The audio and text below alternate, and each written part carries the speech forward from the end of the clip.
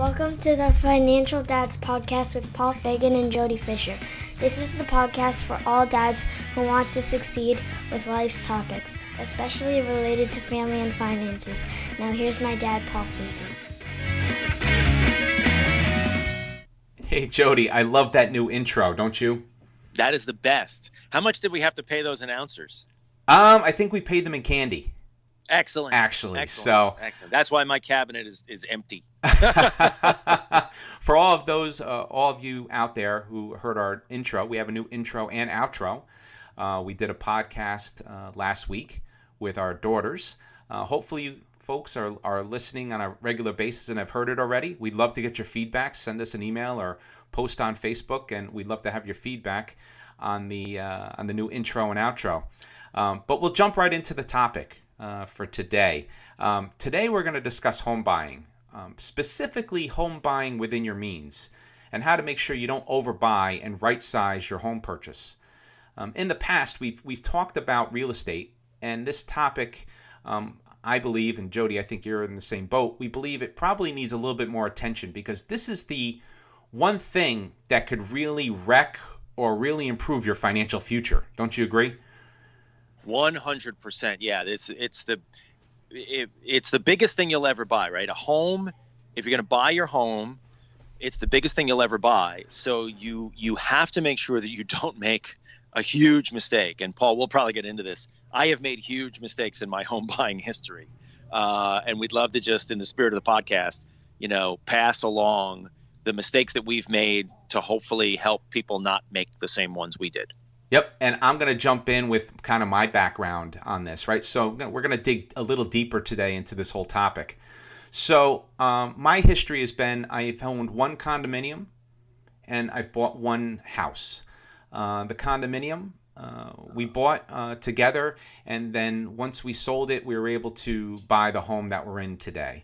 And we almost bought a home before the one that we're in now. And that home was in the same town, but it was significantly more money at the time, and it also needed a significant amount of work. If I remember correctly, definitely landscaping, which was probably the tip of the iceberg. The kitchen was kind of old. The bathrooms were kind of old. When I look back on it, it was a great property, great neighborhood, but there was just something about it that just felt a little bit too expensive. And when I started adding up the numbers back then, between the work that it needed and the additional money that it would require to buy it, we held back and we moved and waited for the next deal, moved on, waited for the next deal.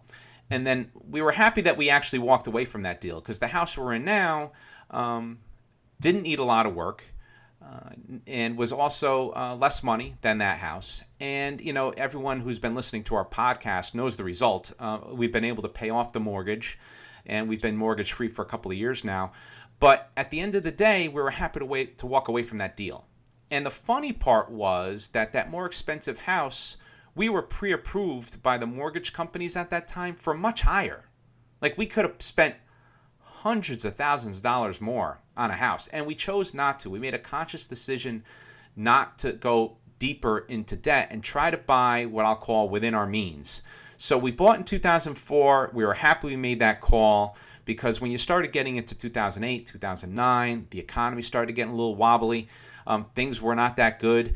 I am so happy that we didn't have the extra big payments and the risk of having to build out new kitchens and replace roofs and all these different things. So Jody, I don't think I've made any mistakes when it came. Well, no, that's probably not the right way to put it. That's for another podcast. Hard stop. Yeah, it's a hard stop because I think if I had to do it again, that's probably for another podcast. There are things about this home that I wish maybe I had waited for maybe one more, a little bit longer to find another home, but that's for another podcast. Let's just put it this way. I'm very happy with the home we're in. And so I'm pretty happy with the decision we made. So Jody, what's your current situation? I know that you've had several homes, and let's go into what your background was, and then we could jump into the topics for the day. I think, Paul, just before I get into that, I want to just put an exclamation point on what you said. Number one, again, we always congratulate you on paying off your mortgage. Thank you. Insert congratulations sound effects here. We'll do that in post. Yes. But in all seriousness, the other thing you just said was, there are lots of things that I would have done differently. You said something to that effect just now, right? It's sort of, had I waited, or had I done this, but I could have. The reality I think about buying real estate, whether it's an apartment, a co-op, a house, a farm, a winery, whatever you're buying, there's always going to be that little, well, that's not quite right. And I think the thing that the perspective that I have on real estate, on buying real estate, is you're never going to find the perfect thing to buy. What you need to focus on are buying the things, and I've said this in the past, buy the things you can't change. Buy your zip code, buy your school district, buy the street that it's on, the lot size, all those different types of things, because those are the things you have no power to change. You can change the paint color in the living room. You can put a new roof on the house. You can put a swing set in the backyard. You can do all of those things to change the actual house, upgrade the house, upgrade it.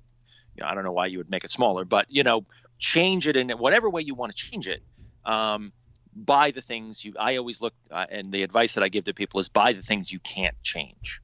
And so, like you said, I've owned 4 homes. I've been at the closing table 7 different times in my life, 4 purchases, 3 sales. I've owned 2 different separate, all at different times. I don't want you to think I'm like a real estate maven here. I owned a co-op in New York City. I owned a second co-op later in New York City, moved from one to the other. Then I moved to a house in the suburbs of New York City, and now into the house on Long Island that we're in now. And so I've been at that closing table a bunch of times, relied on some very good professionals in terms of real estate agents and lawyers who help you through that, and accountants who help you through that. I think some mistakes that I've made along the way, and probably that I've learned from, is absolutely getting house fever. The house that we were in before this one was the first time that I was buying a house versus an apartment. A co-op in New York City is, a 1 or 2 bedroom apartment, essentially. But the house we were in before this one, we got house fever. We had some money that we wanted to put into the house, that kind of fell from the sky through a job of my wife's. And we're like, oh, we're going to buy this big, beautiful house. It's a brand new house. It's a spec house. We're going to get it. We're going to move to the suburbs, and we're going to have a family. We didn't have kids at the time either. It was like 2 people buying a 4.5 bedroom house. Like, what were we thinking? And we ended up being house poor. A new house can be great. You're like, oh, you don't have to do anything in it. Well, yeah, but you need landscaping, and you need paint, and you need furniture, and you need all this other stuff. And we ended up getting into a place after we had our first child of budgeting out over the course of, a couple of years. And I looked at it and I think I've told this story before. I saw the exact week that our budget drove off a cliff. And I said, we can't get there. We absolutely cannot be there. If we get there, we won't pay the mortgage that month. It was that precise.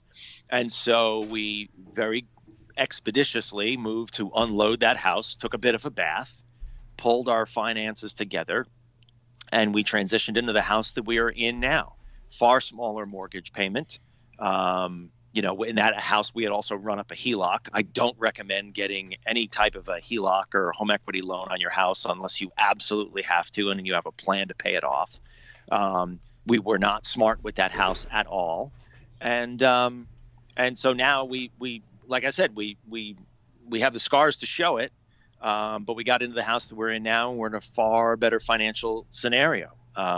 We can talk about this, Paul, a little bit.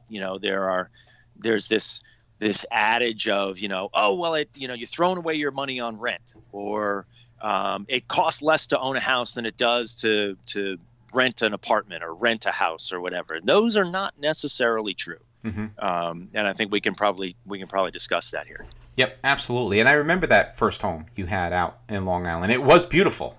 It was an awesome house. I remember that. It was great. It was a really nice house. And then I remember when we started talking, way before we started doing the podcasts, about the whole concept of the downsizing, right? So for you guys were, you made a conscious decision at some point, to downsize, and it's kind of related to all these pieces that you talked about. But maybe you could tell us a little bit more in depth about the downsizing process and really, a little bit deeper into what brought you there and kind of the process to downsize, and of course, maybe touch a little bit upon the net result.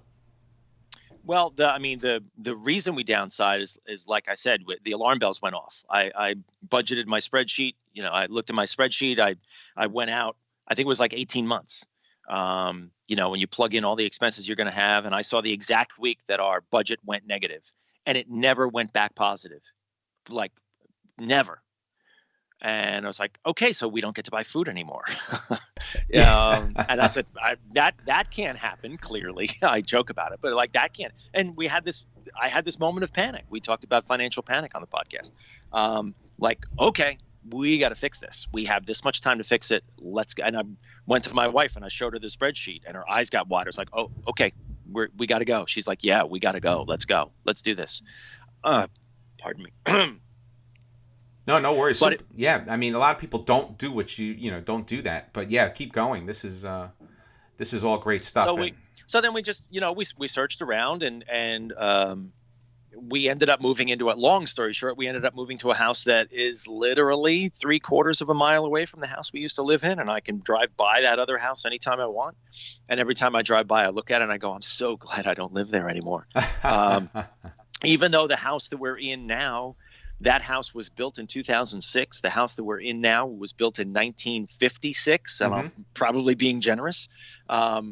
It's older, it's smaller, it's but not uncomfortably so. But it's got a better backyard. It's in a better school district. It's on a nicer street. It's everything that we really wanted in a house. And we have taken we've been here 8 years. We just finished another renovation project in the living room, which really just came down to some cosmetic improvements. A little bit of elbow grease on my part with some moldings and things like that. But boom, we feel like we're living in a brand new house, because you look around, it all looks new and feels new. Now you go outside my house, you look at the shingles and the roof, and you're like, oh, you live in an old house, don't you? But we'll get there, but we'll get there. I think here's the important part, and pivot back to the mission of the podcast. We'll get there when our finances are ready to take us there. We'll get there in a way that is far more financially confident than just rushing out and throwing stuff on a credit card and not having a plan to pay it off, or taking a HELOC and like I did in the last house and not having a plan to pay it off, just saying, oh, great, it's whatever percent over 15 years and no problem. Well, a lot can happen to your financial picture over the course of 15 years. And in today's economy, I can almost guarantee that none of us are going to have the same job in 15 years that we have today. Mm-hmm. And even if it's at the same place, it's not going to look and feel the same that it does today, probably. So you've got to really I have this approach to finances of being very realistic and counting on only what I know I can count on and trying to plan for the rest, but not putting too much stock in what's going to happen 2 years from now, because I don't know with accuracy, with any kind of accuracy, what's going to happen 2 years from now, let alone 10 or 15 from now. So that's how I've approached our finances, and that attitude is translated into real estate and how we approach real estate. So yeah, things are good on the home front right now. That's great. And I think I'm with you. I usually plan for the worst case scenario. So, and that kind of comes down to maybe planning the right sizing, we'll call it. And I think for us, when we started looking at homes, and I'm going to kind of tie some of these things you talked about, you're not going to get everything on your wish list. But there are key components like school and location. And for us, the house ticked a lot of those boxes for us that we're in now. So the price was right. It was in the school district we wanted. It was on a cul-de-sac street. We're not at the end of the cul-de-sac, but we're not on the busy street corner either. So, we hit the balance of a lot of things that we were looking for in a home. And the most important part about that was writing it all down. I sat with my wife and we wrote down on a piece of paper, what are we looking for when we're going to buy this house? And really summarizing what you're looking for, where you want to be, the location, the schools, etc. But more importantly, what is our max budget? What are we willing to pay? What is that range? Because like you said before, you get house fever, you could easily start inching up towards the upper end of your range and beyond.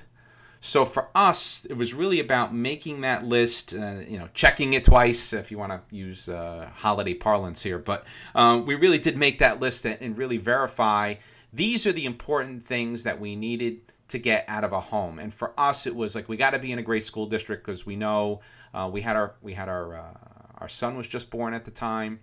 We knew we wanted to be in a great school system. That was probably the highest priority for us.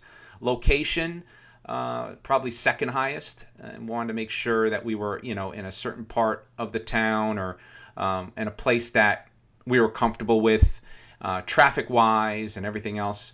And we've talked about this on other podcasts, and you said it earlier in this podcast. We didn't get perfection. There were things that I found in the home when we moved in. I said, okay, yeah, it got me. But that's okay. They weren't insurmountable. And at the end of the day, I think right-sizing and putting that due diligence up front into the planning of buying the home allowed us to be financially set. And you're on that same track now, and I think you put it perfectly. You could upgrade as needful and as your finances permit, which I think is great. Nothing in your house is stopping you from living there. Everything looks fine. And as you get and move forward in your lives in that house, you'll be able to upgrade this or replace these shingles, whatever that is. But you could do it on your time, your schedule, your financial schedule, which I think is the most important. So yeah, you can't. You're totally right, and you can't be. It's this phrase that you don't understand until you understand it. House poor. You can't be house poor. You can't. There's this financial equation about not spending more than, what is it, a quarter of your monthly income on your house payment. I think in the New York area that's probably closer to like 40 or 50, even 50%. Mm-hmm. But if you're over 50% on what you're paying to live in your house, you're not doing anything else. You're really true. not doing anything else in life, because and that's the other thing that I wanted to sort of maybe touch upon here is this myth or this adage of it's cheaper to buy than to rent. Not necessarily, because and this was the case with moving into the house that we're in before now. This big house, this 4,000 square foot house, and I think that was including the basement. But they're all plans. You walk in there and there's a 9-foot ceiling basement, and you're like, we're going to put a game room down here. We're going to movie theater, and it's going to be amazing. And we're going to get a treadmill. And we'll never have to go to the gym. We're going to save so much money on the gym. And they don't tell you about the $800 a month oil bill it takes to heat that house. Yes. They don't tell you that the taxes. And I've told this story before too, that the taxes that are computed on that lot, that empty lot, are going to triple or quadruple in year 2, because now there's a house built on the empty lot, and the first taxes that you're looking at are the taxes assessed on an empty lot. They don't tell you all these other things that are going to come along with taking care of this house. Whether you hire a landscaper to cut the lawn, or you go out and you buy a lawnmower and cut it yourself, and then you keep the engine oiled and the blade sharpened, and there's just all this other stuff that goes along with owning a house that you really, really need to stop and think about and put down on paper. You said it, Paul. You got to write this stuff down. You got to say, okay, here's the house payment, but here's the taxes, here's the insurance. Here's all these other things that just you don't need when you rent a home. I remember our electric bill. I think we were something ridiculous when we were in a co-op. We were paying like $30 a month for an electric bill. That electric bill went to like $150 when we moved into a house. Yeah. If you're not thinking about that, you go, oh, it's going to be great. We're going to own a house. Yeah. And you're going to own all the bills that go along with it. So just write it all down and be careful before you jump. Yep. Typically, and you hit it on the head, the bigger the house, bigger the property, the more money you're likely going to spend on those incidentals. So if you were paying for a landscaper to cut your lawn and you have a small lawn, and then you buy a house that has double the property size, well, guess what? Most likely your landscaping bill is going to be double of what you paid for before. But I think the biggest gotcha, which a lot of people don't take the time to sit down, and you said it earlier in the podcast is the real estate taxes. The real estate taxes I think, are one of the biggest things you have to account for when you're buying a home. That should be the second question you ask besides how much is the house, right? How much is the house? How much are the taxes? I always would say that. And when I look at any piece of real estate, even now, and I tell other friends and family, be careful of those taxes because chances are they are not going down. They're only going to go up. Historically, they just go up and they continue to climb. And Jody, I know me, yourself, and myself, we're in the same boat. We're in heavily taxed counties within the East Coast. And I think some will say that we might be in the highest in the country when it comes to real estate taxes. We're definitely one of them, yeah. Yeah, if not top 10, right? Westchester County, in your county, that's just the way it is. So I always tell other folks that always look at the taxes, make sure that when you add up that monthly payment, you account for your taxes, you account for your home insurance, you account for the utility bill. You really have to do that math accurately. And you pointed it out, if you're buying a new construction home, you have to search and you have to figure out with the town what your taxes will be once you buy the home and move in, and then add 30% to it and account for the worst case scenario. Assume that it's going to be way higher than you're even quoted, and you won't be able, because at the end of the day, if you add up all those numbers and they equal 60, 50, 70% of your monthly income, wow, that is a heart stopper. That is crazy, but people do it, and we have friends. You gave the example at the beginning, and thank you for giving the example, Jody.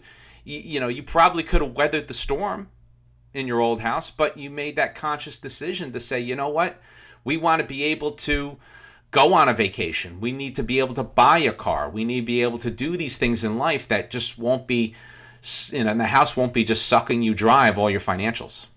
I appreciate you saying so, Paul, but it wasn't even that. It was no joke. It was, we won't be able to pay the mortgage on this house because I had a mortgage, I had a HELOC, we had 2 car payments, we had all the other things, utilities and food, and we had new baby coming, or I think maybe he was already born, but you were right there. It was not the extras in life. It was the necessities in life. And I was looking at that budget going, with this house, I will not even be able to afford the house and everything that goes along with it. We must get out of here. It was literally that. I'll use the word panicked, but it was literally that much. I mean, I knew I had the time to do it. It wasn't tomorrow, but it was that dire. I said, we cannot stay in this house. We will be unable to stay in this house. We'll get foreclosed on. We'll be out. So that was it. And what that did too was it opened up, they say like one door opens, another door closes, one door closes, another door opens. But in all seriousness too, I wish we had moved into this house first, because I love the house that we're in now. As old as it is, with all the problems that are in it, it's smaller. You can hear people in the house. I can hear my kids no matter what room they're in. I know I couldn't hear my kids in that other house that we were in. There's this saying that I've heard in the past about when families are made by bumping into each other in the hallway or something like that. Someone post on our Facebook page what that phrase is, but I've heard that in the past. It might be in a country song, I don't know. But the point is that I think too that while everybody needs their own little space, at the same time you don't want to be so far away from, especially when you're raising kids, you want to be so far away from each other that you can't hear each other, that you don't see each other, that that you're not, you want to be a little bit on top of each other, because that's what makes, to me, that's what makes a family, is that together time. And even if, one's in their room and the other's in their room and my wife and I are on the couch, we're all doing our own thing. We're all still kind of in the same space, and we're no more than, 30 feet from each other anyway. Yeah, that makes so much sense. And that's so insightful, because it reminds me of the home I grew up in, which was very small. I think the home I grew up in was 800 square feet, maybe 850, and it was very tight. So I understand what you're talking about. It really does promote closeness. I think at 800 square feet, and nothing wrong with the 800 square foot house, But for me, it might have been too tight, and I wanted a little bit bigger when I bought a house. But it was kind of funny because you're right. You could hear everything going on, and there's no secrets in that house, right? The smaller the house, Right. the more Right. the closer you are. Because I remember one night, and a friend of mine, if he ever listens to this podcast, he's gonna remember this and he'll laugh when he hears it. But long story short, the house was so small that me and my brother were on the upper floor. My parents were in the lower floor.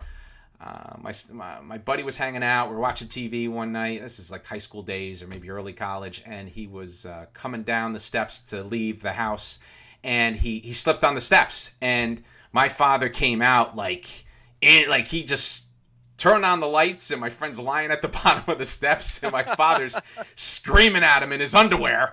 My father's had his underwear on, right? And he's just screaming at him, and my friend's like in shock, But that was it's funny you brought that memory up and the closeness. So that's a very interesting concept. I think the idea is to find a home where you're comfortable with that closeness. I think for me, you're right. I am right sized at this point with the size of our house. It's small enough to heat without it heats efficiently. We can take care of the landscaping efficiently. The kids are within earshot. So all these things, I think, make the home, and this was a topic I wanted to touch upon, was the kind of utility of the home. What is really the home for? And I think you said it best, is it's really a home is where the family is living. You're doing your living in this home. And do you need, this extravagant, sized home to live properly? And that's up to everyone's personal preference and taste. But for me, I think the home is all about the utility of the home. You got a decent kitchen. The home is warm.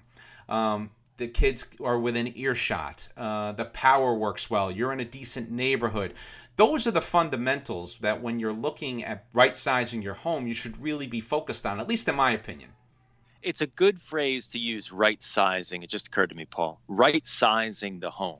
It's right for you. Right? Yep. It's not right for everybody. It doesn't have to be. It's right sized for you and your family. So assess the specifics of what you and your family need, and then go out in search of that home. And that includes how much it costs, where it's located, what it gives you, and make sure that it's going to work for you in the long run, however long run you define that as. But make sure that it's right for you. Yep, very good call out, because that's why I kept saying for us. And there are people that will look at your home or my home and say, man, that's too small, or that's too big, right? It really is. Well, and they might look at it like we have a couple sets of stairs, right? Now, for other people, they may not want stairs. That's something really simple, right? And we have friends who have a house not far from us. And they have a ranch, and every time I go in their house, I'm like, oh, you don't have any stairs. This place is awesome. Yeah, right. Because I have discovered that I don't like stairs. And no joke, we all get older, right? Hopefully, well, we all get older or we don't.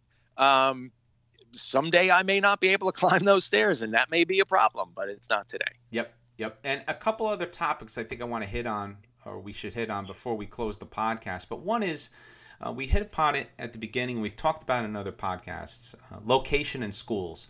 I think you want to keep in mind that no matter what you buy, make sure you kind of keep the end game in mind. So at some point, you may want to sell that home. Your family may want to sell that home one day. At some point, that home will be sold. And to maximize your resale value down the line, you always want to make sure that when you're buying a home, you're buying the location, like you said, you're buying the schools, you're buying the things that people will find valuable, and hopefully that'll keep your resale value up down the line. And some of those things are out of your control, but as much as you can control it, I think that you really need to make sure that you keep a tight hold on kind of the location and schools. I think those are the two big factors in terms of making sure that your resale value is good down the line. What are your thoughts on that, Jody? Agree. I'll go back to what I originally said. You buy the things you can't control. Buy the schools, buy the zip code. And by that, I mean sort of where it's located, the amenities that surround you, the town, really, the town and its structure, because the town is going to define your real estate taxes too. Take a look at the history of the real estate taxes. How much have they gone up, in general? not just on your house maybe, but in general in the town over the last 10 years, you can get all those things. Just call up town hall, and get you can get copies of the budget. You can get anything you want. Do the research. Got to do the research. That's perfect. Yep. And one other topic that I want to touch upon is realtors, right? So I was lucky in both purchases of the homes I bought. I had a good realtor, wasn't applying a lot of pressure to buy outside of our means. But I know that I've heard other people, and actually there was one realtor that I dealt with early on that we had to move away from, because the pressure to buy and the pressure to buy outside of our means, I felt uncomfortable, and we moved on quickly. So if you feel that type of pressure and your gut's telling you that this realtor is trying to push you into something you clearly can't afford, make sure you switch as quick as possible. But what are your thoughts on realtors and realtor pressure? Totally agreed. It's your money. It's your purchase. It's your relationship. You don't like the person you're working with, tell them to take a hike and get a new one. Perfect. Perfectly said. So I guess to recap for today, I think the big takeaway for me, if I had to kind of give one piece of advice, really sit down and take the time, and it could be less than 10 minutes, to figure out how much you can afford.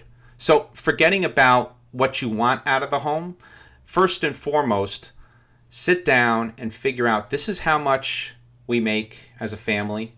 This is how much I want to go towards a monthly payment. This is the cap on the real estate taxes I want to pay. These are the kind of things that even before your wish list of items in the home, I think you really have to sit down and figure out, what is that magic number? What is that number of how much you can afford, including your down payment, all those different pieces. So, Jody, what is your takeaway from today? I think, again, just do your research. Whenever you're buying a house, don't get house fever. Don't get emotional about it. It's fun I think it can be fun to shop for real estate, and to get excited about it. And you want to be excited about it. You do want to try to make it fun. But balance it off with facts, balance it off with research. Don't get house fever about stuff. If something doesn't go right or doesn't feel right with this purchase, remember, it's the biggest purchase you're going to make. And when you get in it, houses are like lobster pots, easier to get into than to get out of. Don't make a bad decision because you're all ramped up about something. Sleep on it, walk away, do whatever you got to do. Don't feel the pressure, Paul, that you described. Don't feel pressure from anybody. As soon as someone says, or a realtor or whoever says, oh, you got to do it now or it's not going to work, fine, walk away. Just walk away. Because unless you know it's right and you've made the factual, the investment in the fact finding around the thing, don't feel pressure to make that impulse buy. God, don't impulse buy a house. Can you imagine impulse buying a house? might be nice if you have that kind of cash to lay down, but don't impulse buy a house. Make the wisest decision that you can make. And go back to that phrase, Paul, because I keep thinking about it. Right size yourself. Right sizing means right for you. Very well put. Very well put. So I guess with that, we'll end the podcast today. For those of you that are listening, you're going to hear a new outro, so please enjoy. And with that, thanks everyone for listening, and we're looking forward to the next podcast. This has been the Financial Dads Podcast with Paul Fagan and Jody Fisher.